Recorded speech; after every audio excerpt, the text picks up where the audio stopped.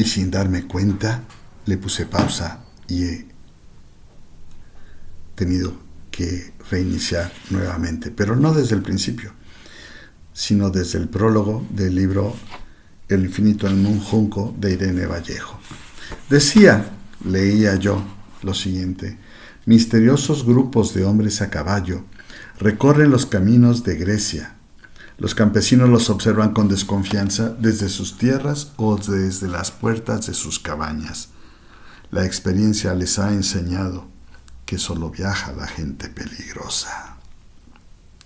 Soldados, mercenarios y traficantes de esclavos. Los jinetes cabalgan sin fijarse en los aldeanos. Durante meses han escalado montañas, han franqueado desfiladeros, han cruzado valles, han vadeado ríos. Por cierto, me encantan las ciudades con ríos.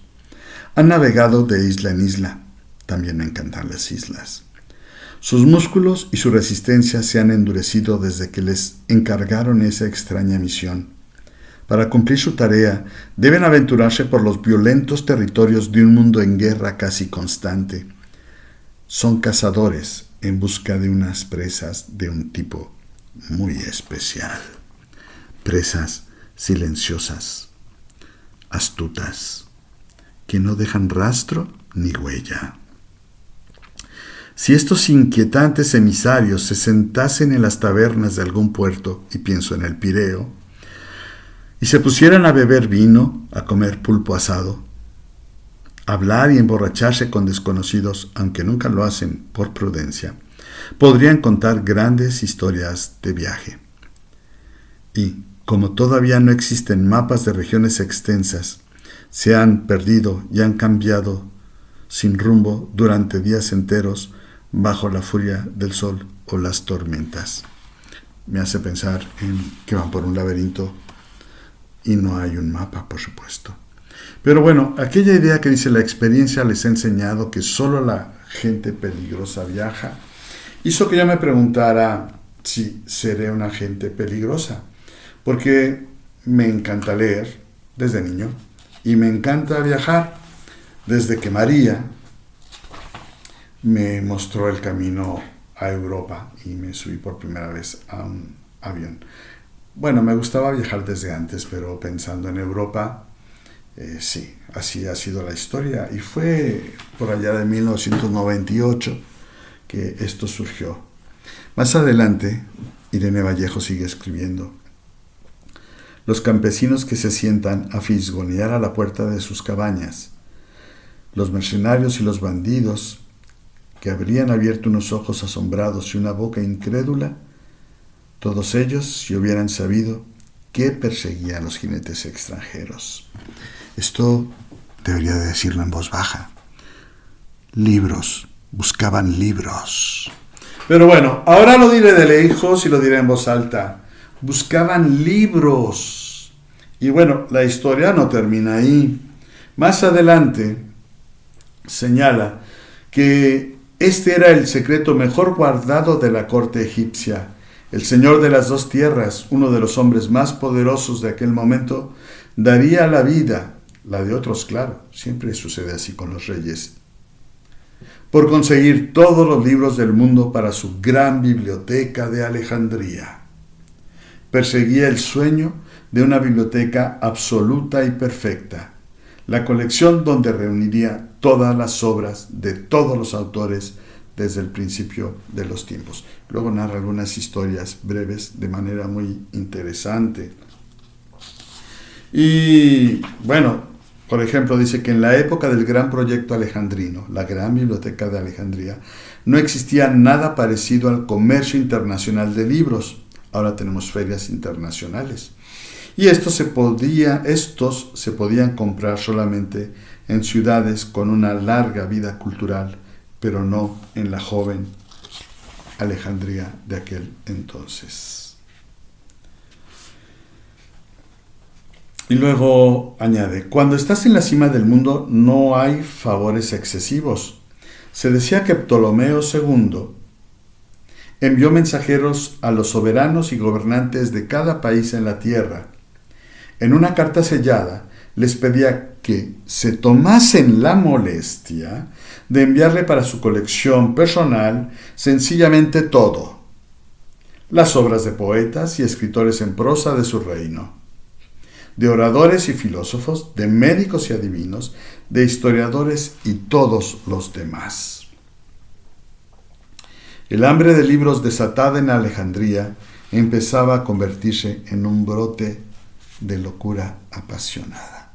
Fíjense qué hermosísima expresión. Tengo que ponerme los lentes otra vez, perdón. El hambre de libros desatada en Alejandría empezaba a convertirse en un brote de locura apasionada. Los que hemos conocido la pasión, los que la hemos padecido, sabemos de qué está hablando, qué está diciendo. Y más adelante, pues sigue hablando y diciendo cosas interesantes. Por ejemplo, habla de la destrucción de Alejandría y hay una frase que me encantó. Dice: todos añoramos cosas que hemos perdido. Yo estoy llegando a esa edad en que he perdido muchas cosas. Bueno, ya llegué a esa edad, no estoy llegando.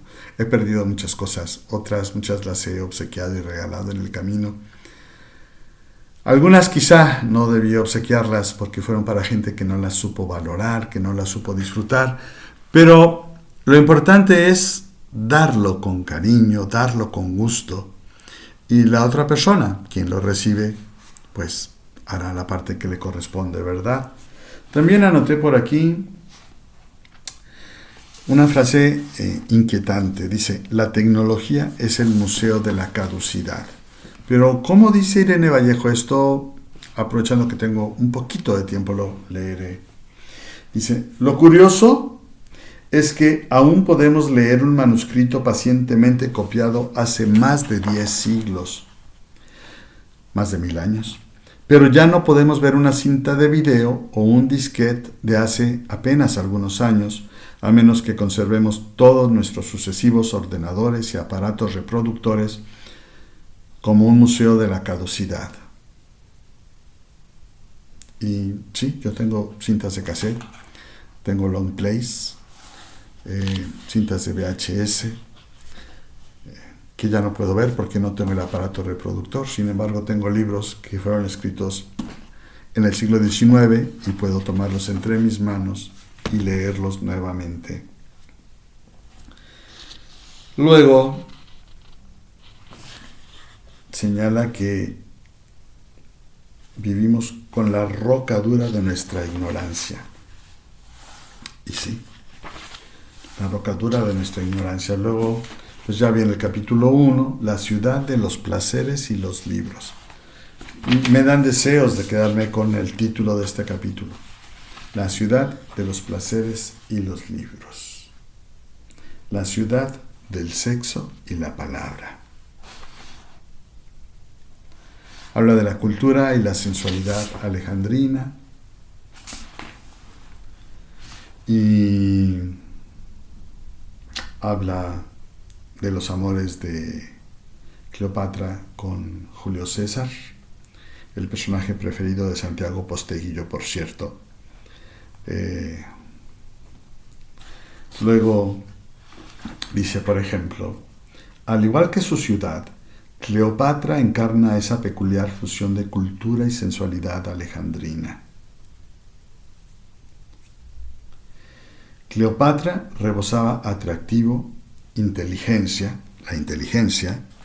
y labia. Era buena para hablar. Dice que las palabras enamoran, o convencen y enamoran. El timbre de su voz poseía tal dulzura que dejaba clavado un aguijón en todo aquel que la escuchaba. Su problema, el de Cleopatra, es que solo han hablado de ella desde el bando enemigo.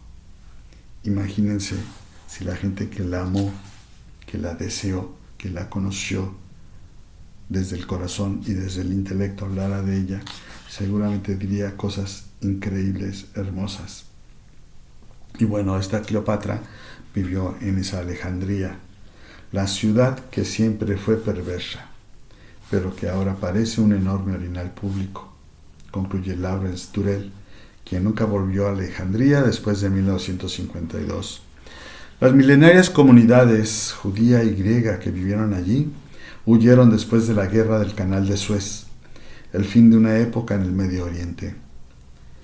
Y luego añade Irene Vallejo, viajeros que regresan de la ciudad me cuentan que la ciudad cosmopolita y sensual ha emigrado a la memoria de los libros. Y bueno, lo dejaré ahí porque esa era la intención. Y hablar de libros y hablar de ciudades es una manera de recorrer el laberinto. La ciudad donde yo he nacido y donde vivo nuevamente. La gente de esta ciudad dice, yo nací aquí, siempre he vivido aquí y aquí moriré, no necesito ir a ningún otro lugar. Me imagino, me pregunto, pienso, nacer en un lugar y siempre permanecer dentro de las murallas de la ciudad, sin darte la oportunidad de conocer otras tierras, otros cielos, los grandes ríos, escuchar otros acentos, otras lenguas, otras formas de mirar, otros sabores, otros licores o bebidas espirituosas, otras religiones. Para mí sería muy difícil, pero hay gente que vive feliz así. Y seguramente que el laberinto no es para esas personas. Pero si tú has llegado hasta aquí, si estás acompañándome en mis viajes por el laberinto y escuchaste el primer video de esta mañana, que quedó corto y trunco, porque a veces pasa así en el laberinto, ¿no? Y luego has regresado y has continuado conmigo en esta segunda parte para leer algo de El infinito en un junco. Seguramente que eres como estos personajes de los que habla Irene Vallejo al principio, cuando dice, misteriosos grupos de hombres a caballo recorren los caminos de Grecia. Los campesinos los observan con desconfianza desde sus tierras o desde las puertas de sus cabañas. La experiencia les ha enseñado que solo viaja la gente peligrosa. Y aquí hay que entender peligrosa de una manera inteligente, de una manera interesante. Hay peligros que hay que asumir. Uno de los más grandes peligros que se nos ponen enfrente y ante el cual millones de personas dan la vuelta y se regresan o se quedan sentados es el peligro de la lectura. Leer es peligroso, porque leer nos hace pensar. Viajar es peligroso, porque viajar nos hace pensar. Leer, viajar, comer, beber, amar, son verbos hermosos. A algunos nos gusta conjugar múltiples verbos a través de la vida. Así es que, pues bueno, te invito a conjugar los verbos que a ti te gusten, los verbos que representen un peligro, un riesgo y te permitan ir más allá de lo que alcanzan a ver tus ojos. Hasta luego.